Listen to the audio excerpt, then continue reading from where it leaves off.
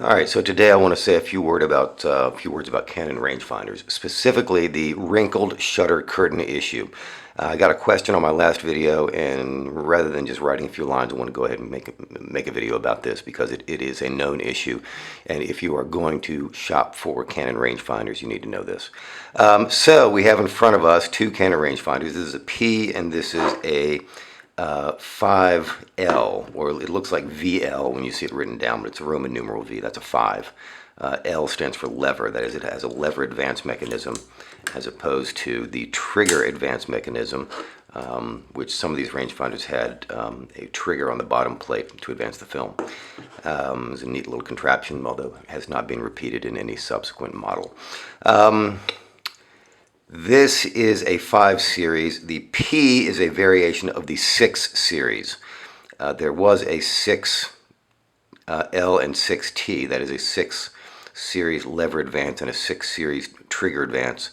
It had the, I believe it had the rotating viewfinder of the 5 series as opposed to the inscribed frame lines inside the what you see in the viewfinder of the 6 series of the P rather. Other than that, I'm not sure there's much advantage to the 6 series over the P. At any rate, wrinkled shutter curtains. So on the 5 series and the 6 series, and probably the 7 series, though I've never owned one, you have a very early version of a metal shutter curtain, and which was unique to the Canon rangefinder series, I believe. And that shutter curtain developed some issues. So the issue is wrinkling. So here, let's take a look at this one. So here is our Canon P, the consumer version of the 6 series. If we look inside, we can see, can we see it? Yeah, you can see the wrinkled shutter curtain inside that camera. Okay, you can see the wrinkles there. Let's open it up in back and take a look at that as well. And you can see the here. This is a really neat, by the way, this is a really neat way of opening up the back of a camera. Not only does it have the pull-down catch like you have on the auto reflex and the nichromat, but in order to activate the pull-down catch, you have to turn this key on the bottom, which I think is a very clever safety mechanism, and I'm not sure why they didn't include that on the auto reflex or the nichromat. But at any rate, that's neither here nor there. All right, so here we have the back of, there we go. All right, you can see the wrinkles on that shutter curtain. Now, this Canon P I've had for about a year now, and I put a few rolls of film through it, and it works just fine. The wrinkles that you see here do not impede the functioning of this shutter in the least. These shutters, the wrinkling is very common to these shutters. It is almost, well, it's extremely rare to find one which does not have any wrinkling, such as this one. This is a very, very rare find indeed. It is a Canon rangefinder with a perfectly maintained shutter curtain, no wrinkles of any kind. Let's take a look at that. That's worth looking at. So there. Here we have, there we go. Okay, can you, there we go. All right, there we go, you can see that. Okay. So there is the nice, smooth shutter curtain on this 5 series. Now, does that mean that the 5 series held up better than the 6? No, I doubt it. I don't know much about this Canon P. I bought the Canon P locally from a collector here in Israel a year or two ago, and it worked beautifully. It was really nice. He said it was recently CLA'd, and I have every reason to believe him. This one, however, was I did not purchase. I inherited this from my father, who was the original purchaser, who bought this at the Airbase PX in Japan in 1958.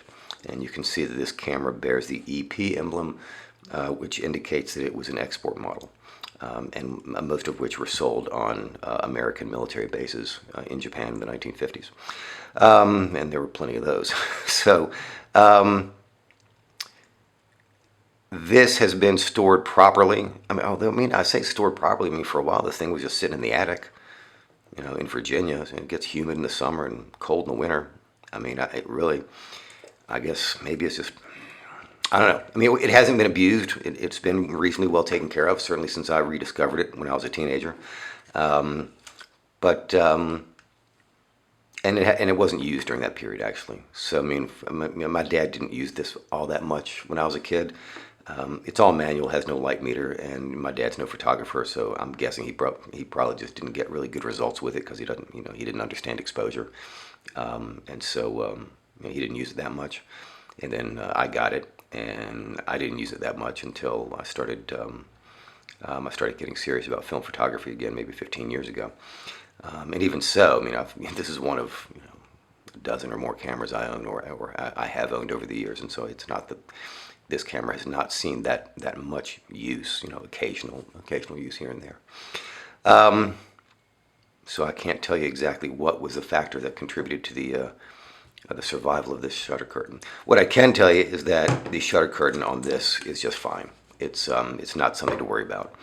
And if you see a shutter curtain on a Canon rangefinder that has wrinkles that look like this one, don't hesitate. That is perfectly normal. In all likelihood, it's not going to affect the functioning of the camera.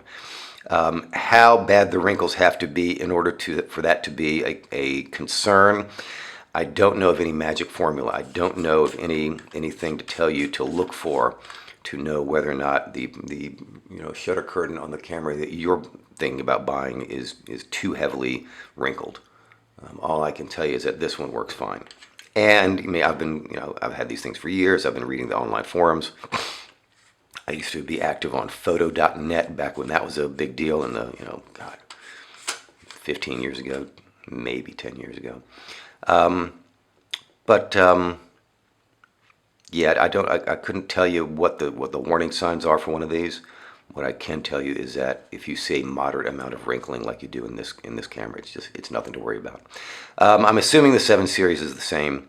I've never owned a 7 series. The previous one, this is the 6 series again. Prior to the 5 series was, as you might guess, the 4 series. And the 4 series was the last of the Barnack style rangefinders from Canon, which had a cloth shutter curtain. Also, during this time, there was another series of Canon rangefinder that looked very similar to this, and that is the L series. There was the L1, the L2, and the L3. And I believe all of the L series cameras had cloth shutter curtains. That is, I think they looked almost identical to this, but with cloth shutter curtains. I think the L series was was more of a consumer or a budget version. I'm really not 100% sure. I think there's a good page on Steve Gandy's Cameraquest about this. If I can find it, I'll link to it down below, about the various models of Canon rangefinder. But at any rate, I just wanted to talk about the wrinkled shutter curtain issue, because that is one which is unique to Canon rangefinders. And the metal shutter curtains on the Canon rangefinders it's different than the ones in the say the Voigtlander, the Copal square. This is the Voigtlander Bessa R, and it has the Copal square shutter, which looks like this. It's got the shutter blades you can see that move up and down, whereas the Canon rangefinders, the shutter is one piece of metal, and I'm guessing that it travels horizontally. Although, I never thought to look. Okay, that's about all the knowledge I've got on this topic. If you found the video informative or useful, please subscribe and check out the links below. Thank you so much. Have a good day. Bye-bye.